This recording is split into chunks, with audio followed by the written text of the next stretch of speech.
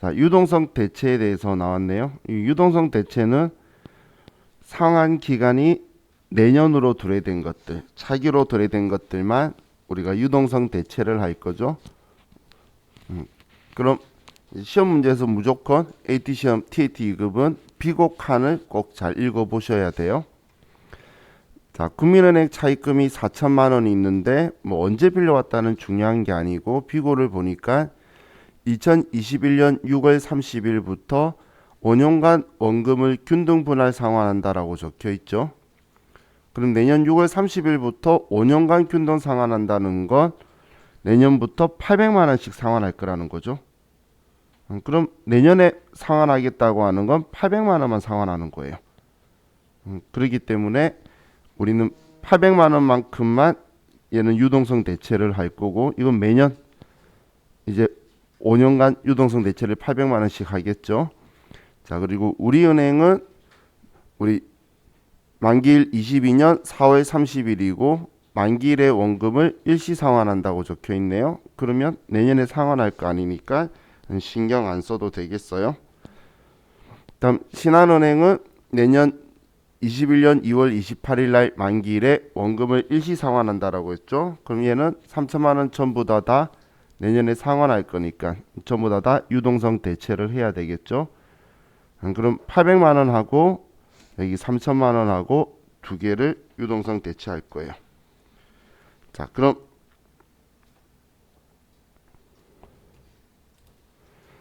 자, 일반 전표 12월 31일로 가서 자, 각각 분계를 하시면 돼요. 자, 먼저 차변에 장기 차입금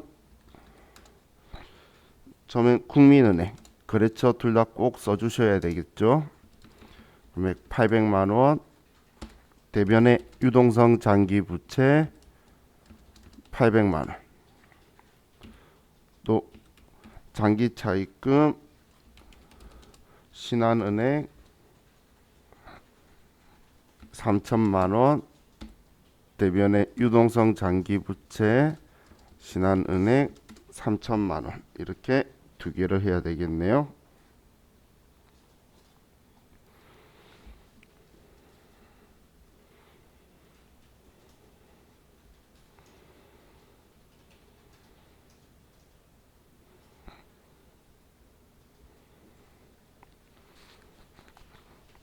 자, 이제 다음 자, 제가 이 분계 틀을 기억하라고 한 이유 아시겠죠? 우리 뭐 세무사의 시험도 그렇고 회계사의 시험도 그렇고 이 문제가 두 시험 다 뭐 자주 등장을 하기 때문에 뭐 이 분계를 못 한다는 건 뭐 시험 준비하는 사람한테 뭐 말이 안 되는 상황인 거죠. 그래서 이 분계 틀은 기억하시고 거래처까지 입력하는 걸 생각하시되 이제 상환 금액만 한번 고려해서 보는 거예요. 원래 세무 그 TAT 2급에서만 이렇게 일부 상환들이 생겼는데 분할 상환하는 거. 근데 세무 2급도 보니까 괜찮은 것 같았는지 간혹 등장을 해요. 그래서 우스갯소리로 전산 세무 2급이 TAT 2급 시험을 벤치마킹하는 느낌이 조금씩 들어요. 전산 세무 2급은 옛날부터 해왔던 거니까 쟤네들은 하다가 얘네들 문제 봤을 때 여러분도 느낌은 이쪽이 좀 더 느낌이 좋아 보이죠. 실제 같은 느낌도 조금 들고. 자, 다음 두 번째 결산자료 입력에 의한 자동 결산. 자, 이번엔 결산자료 입력 쓰라고 대놓고 적혀 있네요. 자, 기계장치 내역이 있는데 절단기를 올해 4월 1일 날 2천만 원에 취득을 했어요. 뭐 정률법이고 내용인수 5년 생산부권. 위 취득 금액과 별도로 절단기 구입 시 시운전비 100만 원을 현금으로 지급하였으며 회계 처리는 입력되어 있다. 자, 그럼 이 2천만 원하고 별도로 또 100만 원을 시운전비로 더 지급했으면 이건 취득원가에 포함해야 되는 거죠. 그럼 취득원가에 포함할 거면 우리는 2,100만 원이 되어서 감가상각도 2,100만 원 될 거잖아. 그거 가지고 해야 되겠죠. 장부에 2,100 적혀 있는 걸로 감가상각 할 거니까 고정자산 등록에도 당연히 이 100만 원이 포함돼서 2,100만 원으로 써야 되는 거예요. 자, 그럼 문제 내용 확인하고 입력하면 자, 기계장치 취득 내역이고 제시된 자산에서만 감가상각을 하기로 할 것. 고정자산 등록 메뉴에 등록하여 고정자산에 대한 감가상각비를 계산하고 자동계산 메뉴를 이용하여 계산 완료하시오. 자, 그럼 먼저 고정자산 등록으로 가고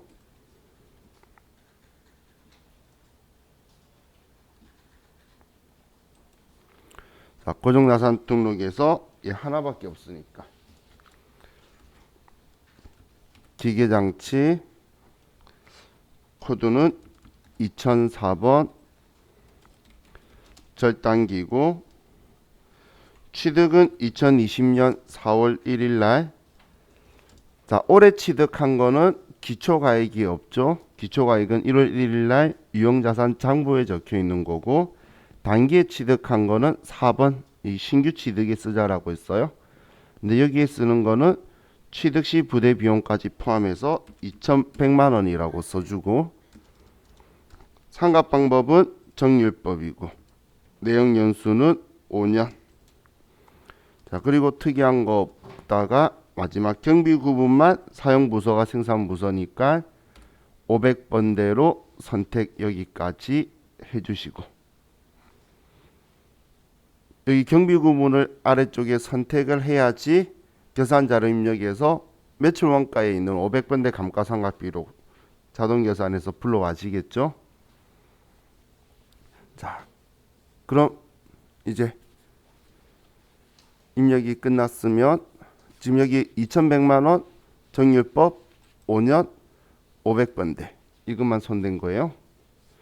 자, 이제 창 닫고 자, 이번엔 월별 감가상각비 계산 이걸 꼭 해야 되죠. 그럼 월별 감가상각비 계산 클릭하고 결산월이니까 12월. 그럼 12월에 올해 해당하는 상각비가 나와 있죠. 자, 그럼 이걸 창 닫으면서 저장 버튼 누르시고 창 닫으면서 저장 버튼 누르고 그리고 나서 결산 자료 입력으로 가서 엔터 치면 1월부터 12월이 나오고 우측에 기능 모음 누르시면 감가상각 반영이라고 있죠. 자, 클릭을 해서 이 기계장치 월별 감가상각비 금액이 들어와서 아래 결산 반영 버튼 누르시고 자, 그럼 지금 일반 감가상각비 적혀 있는 여기에 매출 원가에 있는 감가상각비에 기계장치에 방금 월별 감가상각비 계산 금액이 들어왔죠. 그럼 이걸 전표 추가를 하셔서 일반 전표에 분계가 들어가면 이번 문제도 끝이죠. 그죠? 지금 이 분계가 들어가 있어야 된다는 이야기예요. 이 분계가 지금 이 금액으로 해서 이 분계가 들어와 있으면 정답이죠.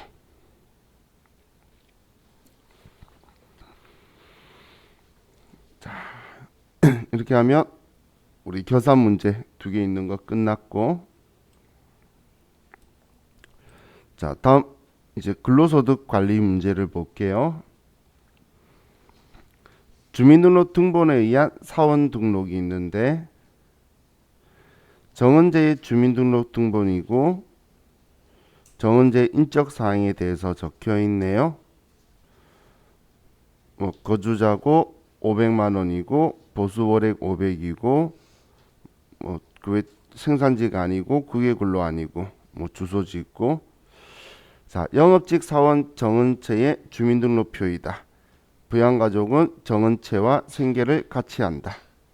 배우자 김명진은 근로소득 총급여액이 3천만 원이 있다. 총급여 3천만 원이니까 기본문제 대상 안 될 거고 어머니 김영희는 일용 근로소득 700만 원이 있다.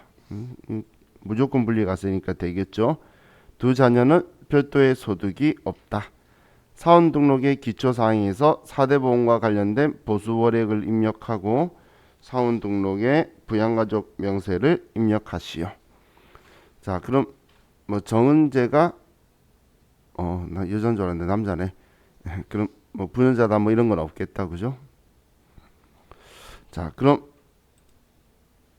이제 인사급여 탭 클릭해서 사원 등록을 가서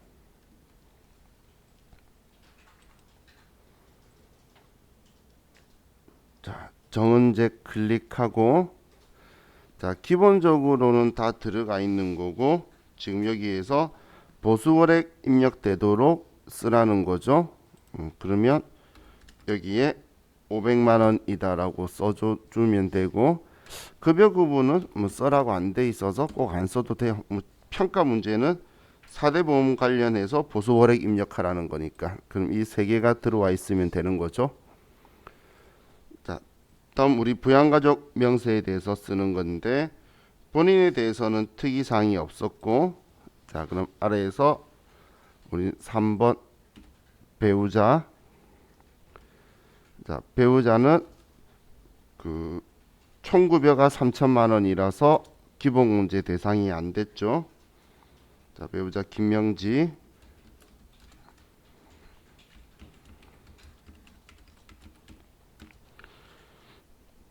다음 우리 주민등록표 순서대로 하면 자 4번 직계비소 정현우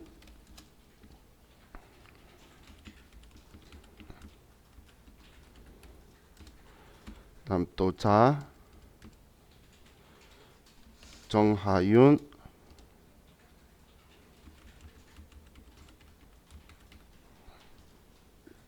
자 그리고 어머니 김영희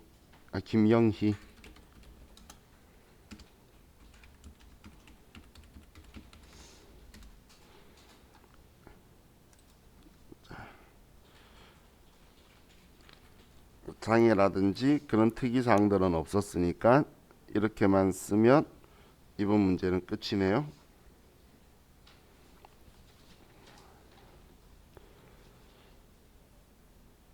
자, 다음 자, 두 번째 급여 자료 입력에서 뭐 급여 내역이 있는데 생산부 조영식 사원의 2019년 총급여액은 2,400만 원이다. 급여 지급일은 매월 25일이고 정상적인 근로시간을 초과하여 근무할 경우 연장 근로수당을 지급하고 있다. 식대는 매월 고정적으로 지급하고 있으며 별도의 식사는 제공하지 않는다. 비과세고 사회보험료와 소득세 및 지방소득세는 자동 계산된 금액으로 공제한다. 전월미환급세액은 소득세 14,500원, 지방소득세 1,450원. 우리는 원천징수 이행상신고서에는 지방소득세는 들어오는 거 아니라 그랬죠. 자, 그럼 우리 생산직 근로에 대해서 연장 근로수당 비과세 이런 생각할 수 있겠죠. 그럼 3천만 원 직전 연도가 이하이고 월정액 급여가 210만 원 이하다. 그럼 지금 그걸 생각하려고 저도 했는데 평가 문제 보면 사원 등록 가서 설정하라는 말이 없죠. 그럼 안 해도 돼요. 여기서 시킨 것만 하는 거예요. 제가 그래서 자료 설명이 있다고 전부 다 하는 거 아니라 그랬죠. 그럼 시킨 거는 급여 자료 입력에 수당 등록하고 8월 급여 자료 입력하고 1번 급여를 선택해서 그리고 8월분 원천징수 이행상 신고서 작성하라. 이게 평가 문제죠. 자, 그럼 우리 급여 자료 입력에서 수당 등록을 먼저 갈게요. 자, 급여 자료 입력으로 가서 자, 수당 공제 등록으로 가고 자, 그럼 기본급 상여가 있는데 여기에 연장 근로수당 비과세로 설정해 놓고 다음 가족수당은 뭐 특별한 말 없으면 과세죠. 6세 이하 자녀 뭐 이런 거 아니니까. 다음 자격수당 얘도 과세고. 다음 식대는 비과세 요건을 충족한다고 했고,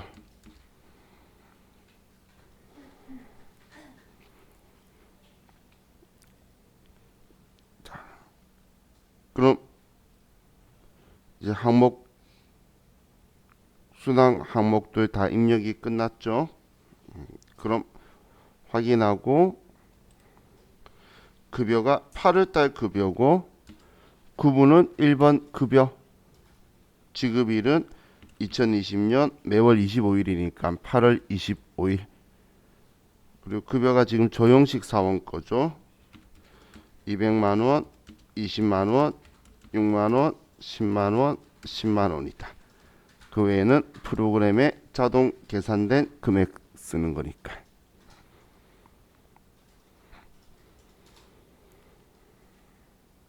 됐죠? 자, 그럼 이제 입력 끝났으면 창 닫고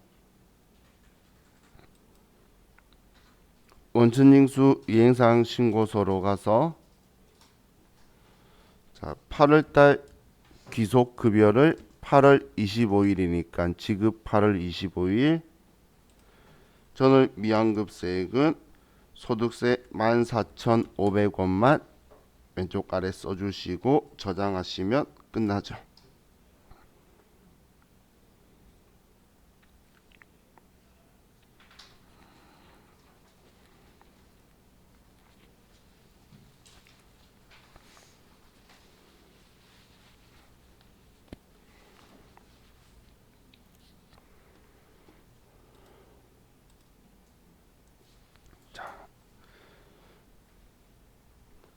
이렇게 하면 급여 문제 끝났고, 자 다음 3번 국세청 연말정산 자료 및 이외 기준 자료 기준 연말정산.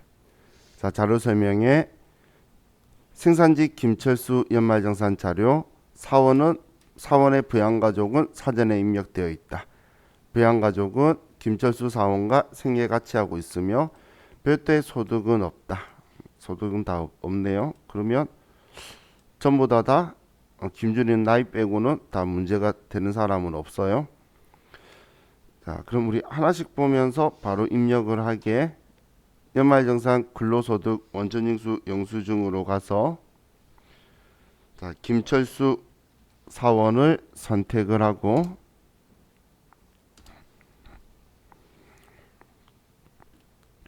자, 제가 문제는 안 읽었는데 평가 문제는 결국은 그냥 입력하라는 내용이죠. 자, 첫 번째 의료비가 있어요. 자, 의료비는 뭐 특이한 거 없기 때문에, 왜냐면 소득 금액이나 나이 제한 없으니까. 그럼 안경이나 이런 거 따질 건데 안경이 15만 원이니까 50만 원 이하라서 별로 신경 쓸 필요가 없죠. 그럼 25만 원 전부 다 되니까 의료비 탭으로 가서 부양가족 관계 코드에서 F2번 눌러서 김철수 본인 국세청 자료에 한 건 25만 원이다라고 써주면 자, 하나 끝났고 25만 원.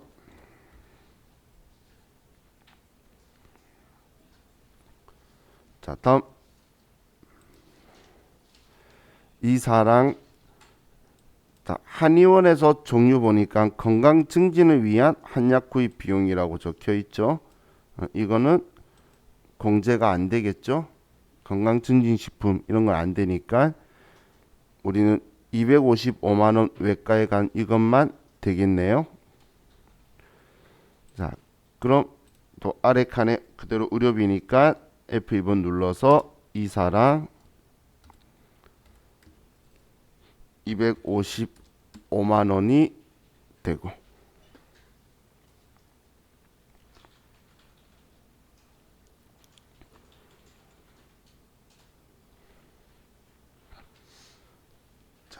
다음 기부금이 있죠. 자, 기부금 소득이 문제 있는 사람 없었으니까 그럼 법정 기부금으로 공제가 되겠네요. 자, 그럼 기부금 클릭해서 관계에 F2번 누르고 이사랑. 자, 기부처는 사회복지공동모금회고, 이거 죄송해요. 사업자 등록번호 쓰는 칸이었네. 사업자 등록번호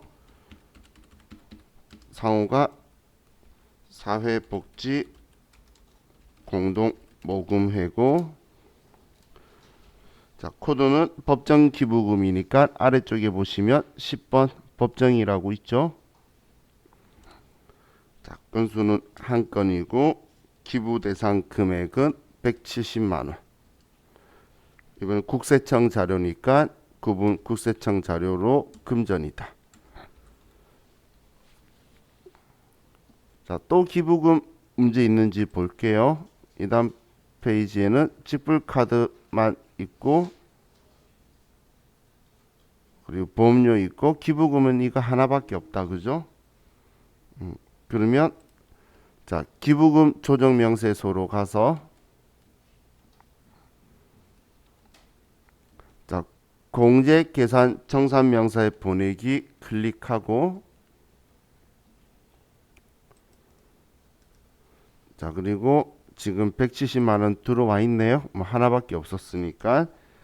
그럼 공제 금액 정산 명세 반영 눌러서, 자, 지금 이 금액을 여기에 들어와서 지금 정산 명세에 여기에 들어오도록 하는 작업까지 꼭 해줘야 된다라고 했어요. 그죠? 기부금은 이거 빠뜨리시면 안 돼요. 자, 다음 이제 카드에서 김철수 본인 거고, 뭐 일반 대중교통 뭐 그 외에는 특이한 게 없네요. 자, 그럼 신용카드로 가서 김철수 본인 국세청 라인에서 521만 100원. 자, 그리고 오른쪽에 가서 대중교통에 75,300원.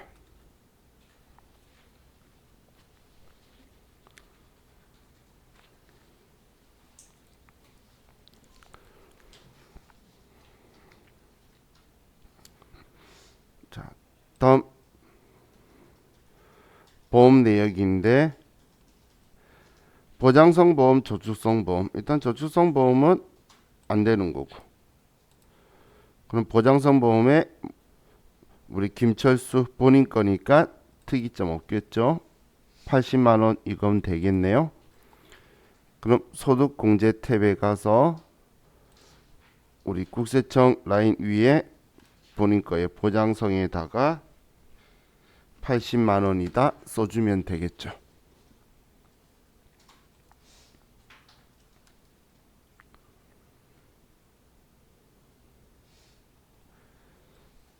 자, 이렇게 하면 이제 정산 명세에 다 들어와서 이제 끝나게 됐네요. 자, 이제 우리 이론 문제를 좀 봅시다.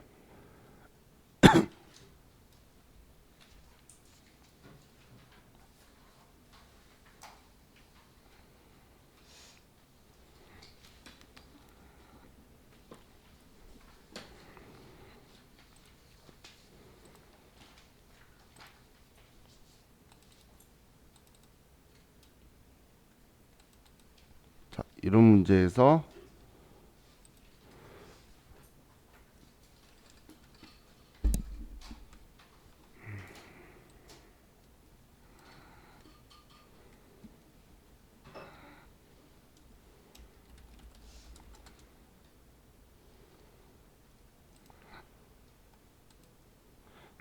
자, 우리 전에 우리 검정색 FAT 1급 책 있죠? FAT 1급 책 봤을 때 제가 나중에 시험 전에 어쩌다 한 번씩 나오니까 보려면 보기 위해서 표시해두라고 했던 부분이 있을 거예요. 그 검정색 책, 그 우리 옛날 FAT 1급에 거기에 내부 통제 제도에 대해서 그리고 내부 회계 관리 제도에 대한 게 나와 있는데, 이거에 대한 내용은 그 어쩌다 한 번씩 AT 시험에만 어쩌다 한 번씩 이렇게 한 문제씩 나오는 걸 위한 거기 때문에 여러분들이 그래도 그걸 만약에 대비한다면 그냥 한 2, 3일에 한 번 정도씩 쭉 읽어보시면 돼요. 아마 외워도 안 외워질 거예요. 문제 나오는 게 좀 특이하게 나오기 때문에. 그래서 이 부분에 대한 문제가, 자, 지금 제가 이야기한 이유가 1번 문제가 여기에 대한 내용이에요. 첫 번째 문제가, 자, 그래서 1번 보면 다음에서 설명하고 있는 기업 내 제도는 무엇인가? 첫 번째, 재고 자산이 보관되어 있는 창고에 대한 물리적인 접근을 통제하고 주기적으로 재고 실사를 수행하고 일정 금액 이상의 지출에 대하여 회계 담당자와 준법 감시인의 승인을 받도록 하고 내부 고발 제도 및 내부 고발자 보호 프로그램을 운영한대요. 지금 이게 지금 여기에서 이야기하고 있는 내부 회계 안에 있는 이 내부 회계 관리 제도에서 재고 자산을 이렇게 정리를 하고, 그리고 우리 준법위원회라든지 내부 고발자 보호 프로그램들 이런 걸 쓰는 거에 대해서 이제 우리가 규정을 가지고 프로그램화 시키는 걸 내부 회계 관리 제도라고 생각하시면 돼요. 여러분들이 중소기업은 잘 모르겠지만 중견기업이나 그 이상으로 가시면 전부 다 내부 회계 관리 제도를 쓰고 있어요. 예를 들면 이거예요.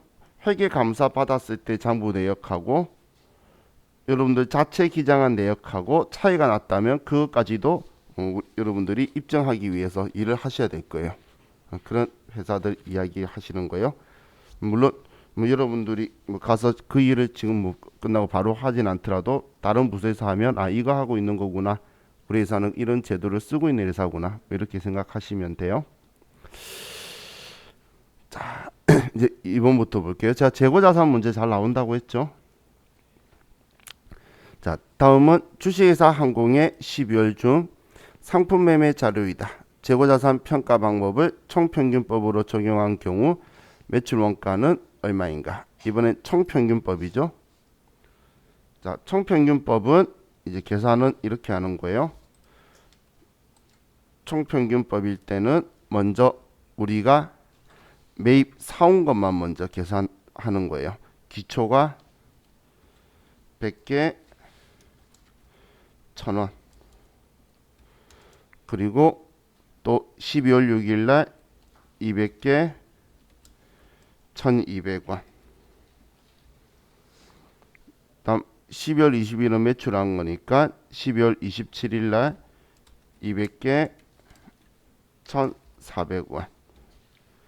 자, 그럼 얘는 10만 원이고 얘는 24만 원이고 얘는 28만 원이고. 자, 이렇게 한 후에 총 우리 구입한 거는 500개고 한 개당 지금 얼마인지 모르는데 우리가 총 사온 금액이 그러면 62만 원. 그럼 62만 원을 500으로 나누면 한 개당 1,240원이 된다는 걸 이제 계산할 수 있겠죠. 자, 그럼 1,240원 이걸 구하면 지금 물어본 건 매출 원가죠. 그럼 팔린 거는 12월 20일 날 150개가 팔렸어요. 그러면 150개 곱하기 전체 평균 단가가 지금 1,240원이니까 1,240원짜리가 150개 팔려서 18만 6천 원이 된다라고 계산을 하면 되겠죠.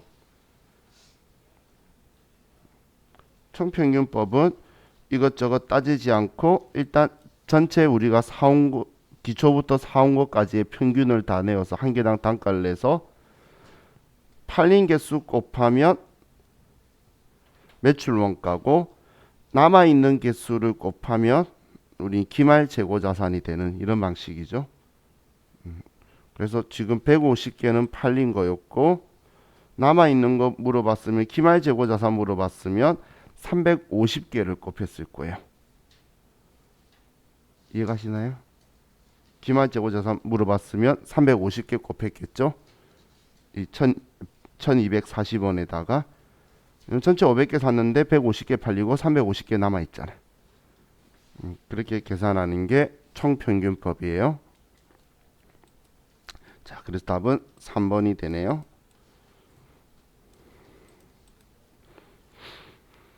자, 다음 3번. 자, 다음 자료는 특정 무형자산과 관련하여 지출한 금액이다.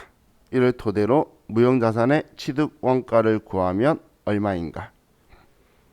무형자산 취득 시 지급한 금액 200만 원이 있고 자산을 사용 가능한 상태로 만드는데 발생한 전문가 수수료. 우리는 유형자산이든 무형자산이든 영업활동에 사용 가능한 장소나 상태에 도달하면 그때가 취득 시점이죠. 그래서 사용 가능한 상태로 만드는 거 취득원가에 포함할 거고 자산이 적절하게 기능을 발휘하는지 검사하는데 발생한 비용, 제대로 우리가 쓸 수 있는지 성능 발휘하는지 그 비용도 원가에 포함할 거고 무형자산 사용 관련 교육 훈련을 위한 비용, 이거는 우리는 취득원가에 포함하는 부분이 아니죠. 그럼 이 세 개만 더해주면 270만 원이 되네요. 그래서 답은 3번.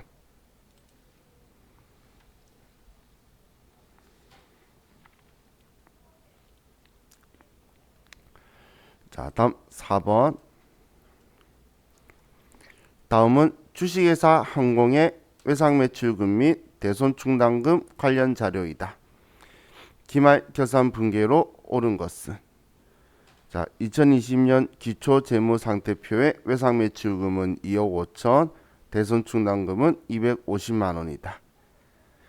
2020년 중 외상매출금 발생액은 5천만 원이고 외상매출금 중 8천만 원이 현금으로 회수됐다. 그럼 외상매출금이 5천만 원 늘어났고 8천만 원 회수했으니까 줄었겠죠. 그죠?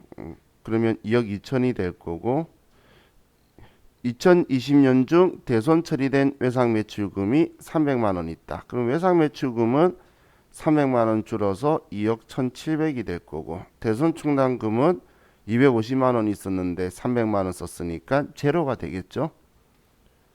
잠시 정리할게요.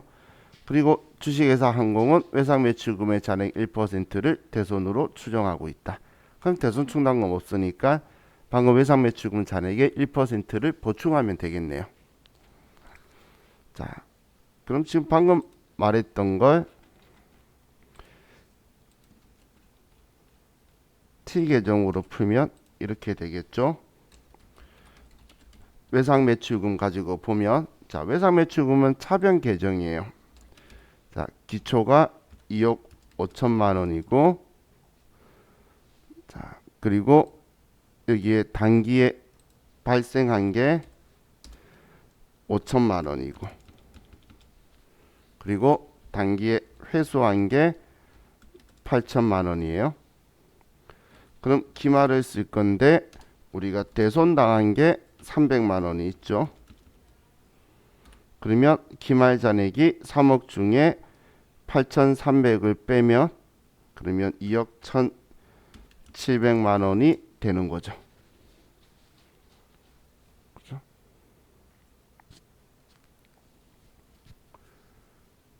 이해가셨죠?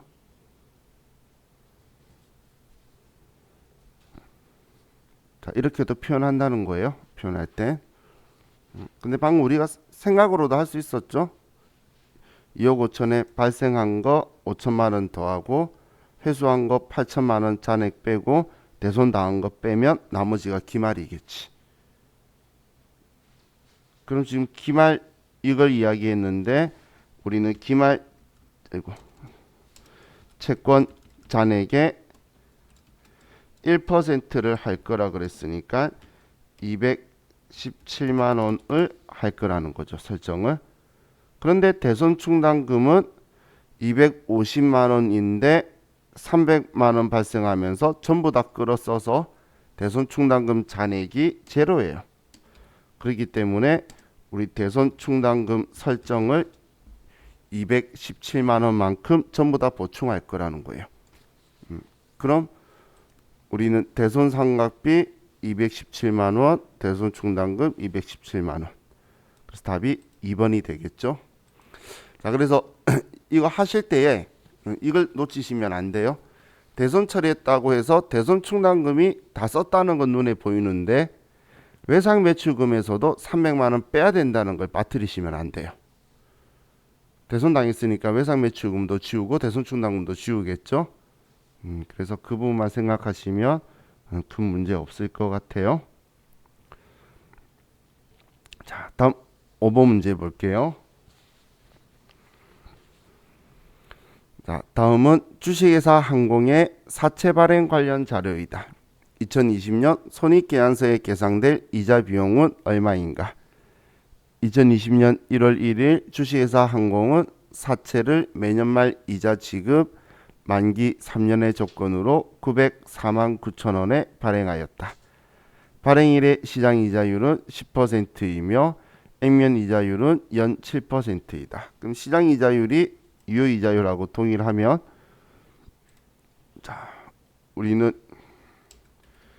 유효 이자율법이라는 건 이자 비용 계산할 때 이자 비용은 우리 채권 장부 가액 곱하기 유효 이자율인데 지금 시장 이자율이 같다고 전제가 되어 있으니까 그럼 사채 장부 금액은 우리는 904만 9천 원이죠. 이거에 시장 이자율이 10%니까 그러면 90만 4,900원이 1차년도에 이자가 되게 되겠죠. 그죠? 우리가 이자 지급은 그럼 얼마 하죠? 지금 이거에 대해서 그렇죠. 지금 얘는 이렇게 분개가 되는 거죠. 이자 비용하면 90만 4,900원이고 대변에 이자를 지급한다면 액면 이자는 그렇죠. 액면 금액의 액면 이자율 곱한 70만 원을 지급할 거고 차이 나는 20만 4,900원이 사채 할인 발행 자금이 되게 되는 거죠. 그래서 상각액을 물어보면 이 두 개를 다 구해야 되는 거 차이고 이자만 물어보면 그냥 좀 간단하게 지금처럼 이거 하나만 계산을 하면 되겠죠. 지금까지 액면 이자 물어보는 건 없었고 좀 어렵게 물어보는 게 상각액 물어보고 그 아니면 이렇게 이자 비용을 물어볼 거예요. 그래서 자 얘도 기억해 두셔야 되겠죠. 자, 그럼 답이 3번이 되네요. 자, 6번에 다음은 주식회사 항공이 정부 보조금을 수령하여 취득한 기계장치 관련 자료이다. 2020년 말 재무상태표에 계상될 기계장치의 장부 금액은 얼마인가? 자, 1월 1일 날 기계장치를 취득하고 취득원가 500인데 회사 부담분 400이고 정부 보조금이 100만 원이네요. 우리는 이것만 부담했네요. 정부 보조금 이용하는 거는 이게 우리 거다라고 생각하라 그랬어요. 그럼 내역연수 5년, 잔존가치 0원, 정해법 삼각한대요. 자, 그럼 우리 계상될 장부 금액 말하는 건 삼각한 후에 장부가액 차감 계전 다 뺀 건데 자, 얘 우리 암산도 원리만 하면 암산도 가능해요. 우리 거에 대해서 올해 상각이 얼마 되죠? 우리게 400이고 5년이면 80만 원 되겠죠? 그럼 80만 원 빼면 남은 게 320만 원밖에 없네. 그래서 이게 되죠. 장부 금액은 우리 것만 가지고 하면 돼요. 사올 때부터 우리 거 장부 금액이 500에 샀는데 100만 원 내 거 아니라서 400만 원이다가 장부 금액 시작이거든. 시작부터. 그렇기 때문에 상각하고 나도 우리 거에 대해서 80만 원만 우리가 비용 처리할 거라서 우리 것만 가지고 생각하시면 돼요. 이걸 물어볼 때는 장부 금액. 자, 다음 7번. 자, 다음 대화의 거래를 모두 회계 처리할 경우 손익계산서에 미치는 영향으로 옳은 것은. 자, 김 부장이 아직 회계 처리를 하지 않은 거래가 있나요? 과정은 네, 상품 매출 10만 원이 발생하였으나 아직 장부에 기록하지 않았습니다. 이 대리는 어제 영업부 야근 식대로 우리 50만 원을 지출하였으나 5만 원을 지출하였으나 아직 분개하지 않았습니다.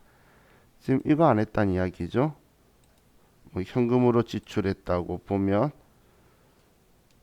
지출하고 받았다 보면 대면에 상품 매출 10만 원, 현금 10만 원, 복리후생비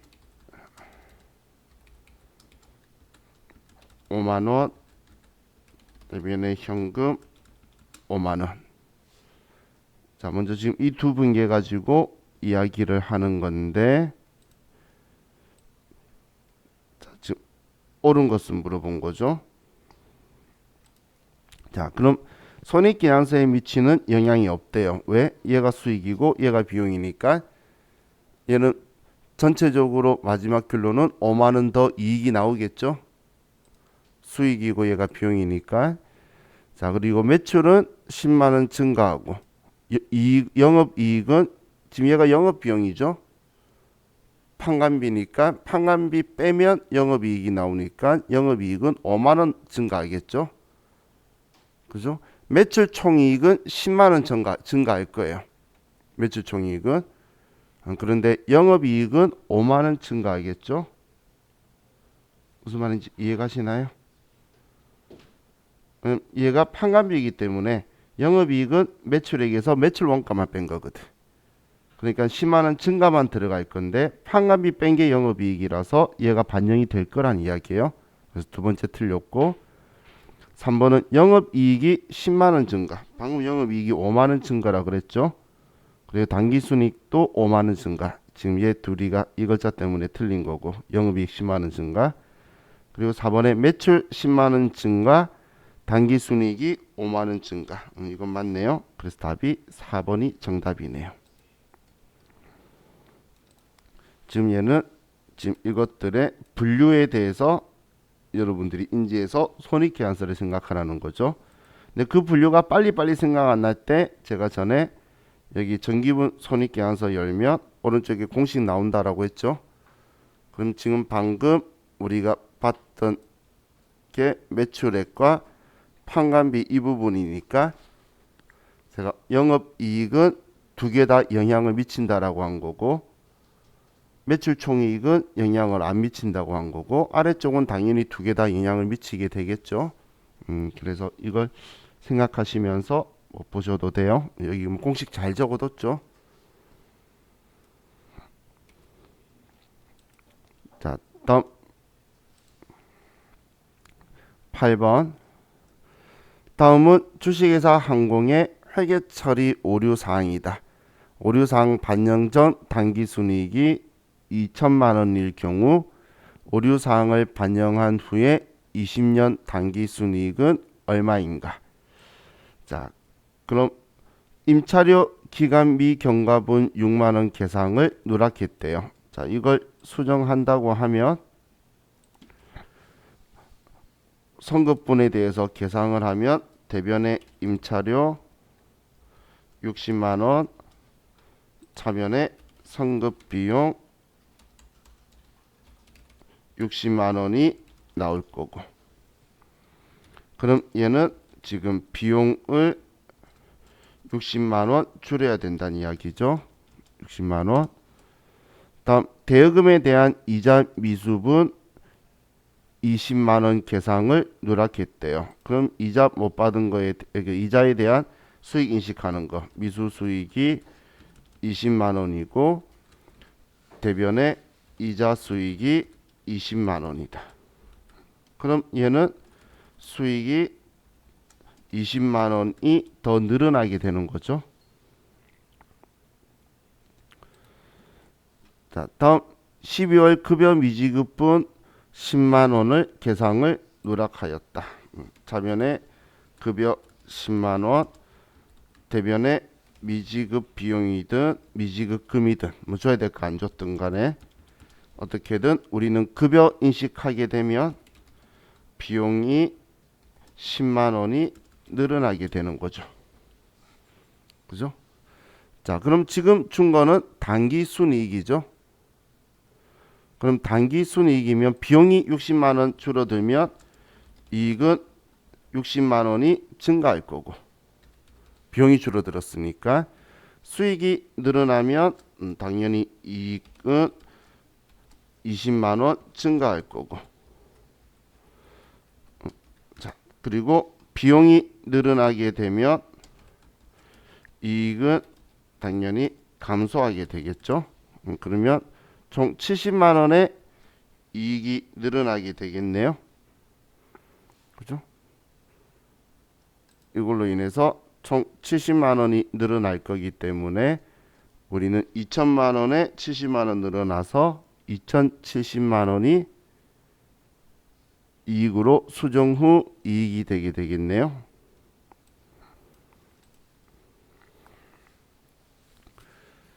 자, 다음 9번. 다음 중 부가가치세법상 과세기간과 납세지에 대한 설명으로 옳지 않는 것은 자, 1번 폐업하는 경우 과세기간은 폐업일이 속하는 과세기간 개시일로부터 폐업일까지 폐업일까지가 과세기간이죠. 개시일은 1월 1일이나 7월 1일부터 폐업하는 날까지 맞고 2번에 제조업의 경우 따로 제품을 포장만을 하는 장소도 사업장으로 본다. 자, 우리 사업장 할 때 제조업은 제품을 완성하는 장소지 단순 포장하는 장소는 아니라고 제가 표현했었죠. 그래서 얘는 틀렸네요. 옳지 않는 것이니까. 다음 3번에 재화를 수입하는 자의 납세지는 관세법에 따라 수입을 신고하는 세관의 소재지로 한다. 우리는 신고하는 그곳에 세관장이 있는 곳, 그 어디 세관, 그 세관이 우리는 납세지가 될 거고 4번에 사업자 단위 과세 사업자는 각 사업장을 대신하여 그 사업자의 본점 또는 주사무소의 소재지를 납세지로 한다. 사업자 단위는 우리 딱 한 군데 본점이나 개인 사업자는 주사무소 거기에서만 신고 납부를 하니까 거기가 관할세무서가 납세지가 되죠. 자, 그래서 틀린 답은 2번이네요. 자, 다음 10번. 다음은 의류 제조업을 영위하는 주식회사 항공의 2020년 2기 확정신고 기간의 거래 내역이다. 이를 토대로 매출세액을 계산하면 얼마인가? 단 주어진 자료의 금액에는 부가가치세가 포함되어 있지 않다.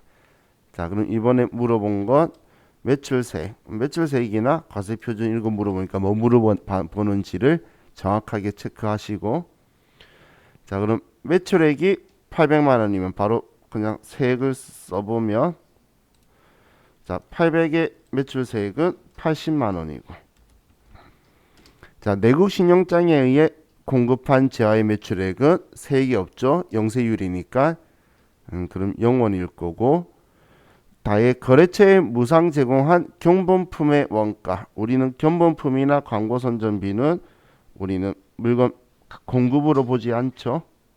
그렇기 때문에 다는 과세 거래가 아니니까 매출세액이 나오지 않고 라는 거래처에 제공한 판매 장려품의 원가 우리 거래처에 과거에 그 과세표준에서 공제하지 않는 것에 대송금, 판매장려금, 하자보증금 이렇게 이야기했었는데 그런데 그 물품으로 주게 되면 간주 공급인 사업상 증여가 된다라고 했죠.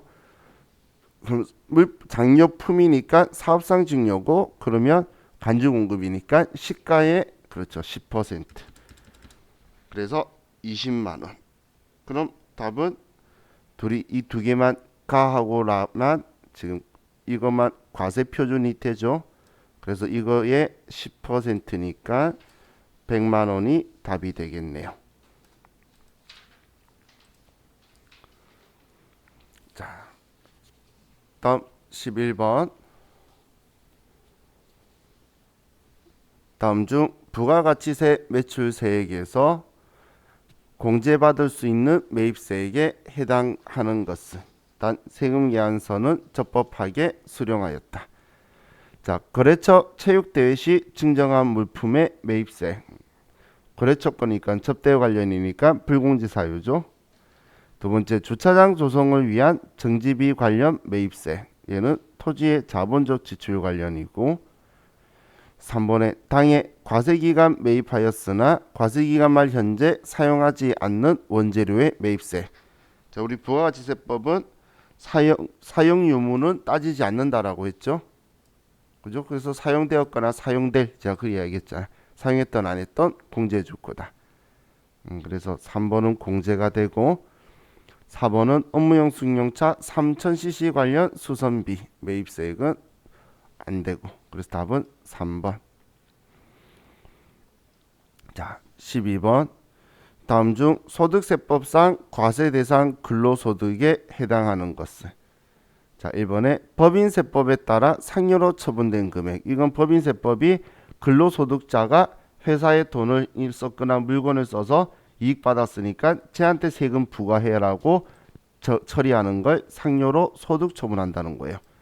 우리 전에 배당하고 이자 봤을 때 배당할 때 인정배당 뭐 이런 이야기 했었었죠. 그건 주주가 한 거고 인정상여는 대표이사나 직원같이 근로자한테 근로소득을 부과하라라고 법인세법에서 치는 거예요. 이건 100% 당연히 과세가 되는 거고 두 번째, 대학에 재학하는 대학생이 근로의 대가로 지급받는 교육기본법에 따른 장학금 이건 뭐 대상이 안 될 거고 3번에 6세 이하 자녀 보육과 관련하여 받는 급여로서 월 10만 원 이내의 금액 비과세죠. 건강보험법에 따라 사용자가 부담하는 부담금. 사용자는 제가 놈자자 사장놈의 새끼 생각하라 그랬죠. 그래서 회사예요. 회사 사측이에요. 그렇기 때문에 그걸 우리가 월급 더 받은 걸로 안 하죠. 그죠?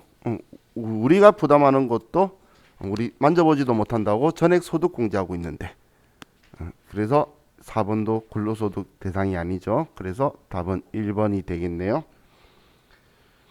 자, 13번. 자, 다음은 근로소득자인 김진주 씨의 2020년 12월 31일 현재 생계를 같이 하는 부양가족 현황이다. 김진주 씨가 연말정산 시 적용받을 수 있는 인적공제이익을 계산하면 얼마인가? 자, 그럼 인적공제를 물어본 거예요. 인적공제는 기본공제하고 추가공제하고 있는 것들, 그것들을 인적공제라고 우리 공부했죠. 그럼 여성 근로자고 그리고 배우자가 있으니까 50만 원 추가공제, 부녀자 공제 빼먹으면 안 되겠죠. 그럼 그 50만 원에 본인은 소득금액 상관없잖아. 본인은 되고 본인 150만 원, 배우자는 사업소득금액이 100만 원 있어요. 딱 100만 원이니까 되겠다. 그죠? 동생은 뭐 어떻든 간에 장애가 있어서 나이는 무시했지만 근로소득이 1900가 1000만 원이라서 동생은 대상이 안 되고 그리고 9세 자녀는 소득이 없으니까 문제가 없죠. 그러면 그러면 150만 원씩 하면 450만 원에 부녀자 공제 50만 원 하면 우리는 500만 원이 인적 공제 금액이 되게 되겠네요.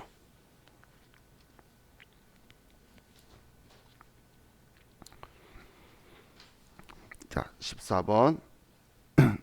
다음 자료를 이용하여 거주자 김항공 씨의 2020년도 종합소득 산출세액을 계산하면 얼마인가? 원천징수 대상이 되는 소득은 세법에 따라 적절하게 원천징수되었다. 자, 이번엔 종합소득 산출세액을 계산해라 그랬어요. 뭐 세액 계산하는 건 아래쪽에 적어뒀으니까. 자, 가의 이자소득 금액은 직장공제 초과반환금이래요. 직장공제 초과반환금은 무조건 분리가세요. 이자소득에 들어가는 건데 얘는 무조건 분리가세이기 때문에 얘는 소득금액에 들어오지 않을 거고, 근로소득금액 1년 근로자가 아니면 여기에 들어올 거고, 그리고 기타 소득금액이 일시적 강연에 대한 대가고, 소득금액이니까 1000만 원 받아서 뭐 600 뺐나 봐요. 그럼 얘도 대상이고, 라는 종합소득 공제가 500만 원 됐다는 거죠. 공제는 빼는 거잖아. 그럼 종합소득 금액은 얘 둘이 더하면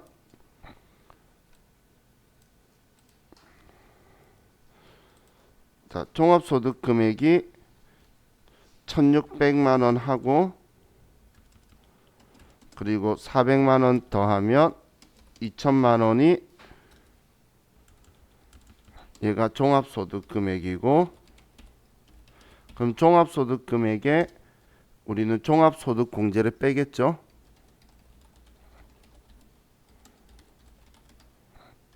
공제를 빼면 과세 표준이 나올 거예요.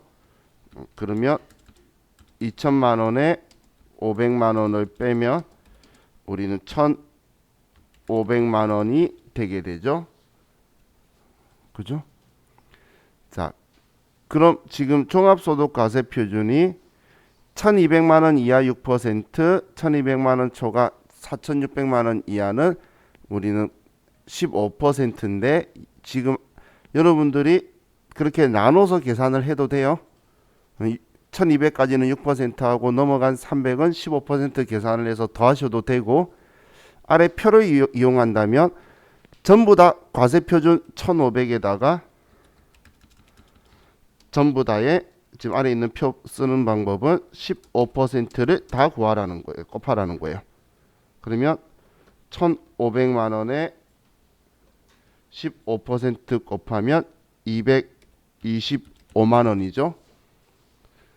그런데 그러면 지금 1200까지는 6%여야 되는데 15% 있으니까 우리 9%를 더 많이 했죠. 그 9%만큼이 이 금액이라는 거예요. 그래서 그럼 여기에다가 이 금액을 빼면 우리 금액이 얼마 되죠? 빼면 117만 원 되겠죠? 근데 지금 이런 거 봐가지고 봤을 때 헷갈리시면 그냥 6%, 그 1200은 6%, 넘어간 300만 원은 15% 계산해도 이 금액이 나오는 거고, 얘는 그냥 전부 다 15%에서 많이 한 부분을 빼도록 누진 공제는 빼는 거잖아. 그럼 빨리 계산하게 해주려고 쓰는 방식이에요. 계산기면 곱하기 15% 빼기 108만 원 하면 바로 이 금액이 나오죠. 그죠? 자, 그래서 117만 원이라서 답은 1번이 되네요. 자, 다음 15번. 다음 중 소득세법상 소득공제 대상 신용카드 사용금액에 해당되는 것은, 자, 신용카드 공제되는 거, 취학전 아동의 학원 수강료. 우리 취학전 아동의 교육비는 이중공제되죠. 그죠? 취학전 아동 의료비는 이중공제되잖아, 신용카드하고. 그죠? 그래서 얘는 되겠네요. 정부에 납부하는 국세, 세금은 신용카드 공제 안 되고, 월세세액 공제도 세액 공제 받으면 신용카드 안 되고, 상품권 같은 유가증권은 신용카드 공제 대상 아니고, 그래서 답은 1번이 되죠. 자, 이렇게 하면, 자, 이번에 자 풀었고, 괜히 애매하게 자르면 좀 그럴 것 같아서 제가 시가 좀 넘었는데 다 풀고 쉬려고 좀 했어요.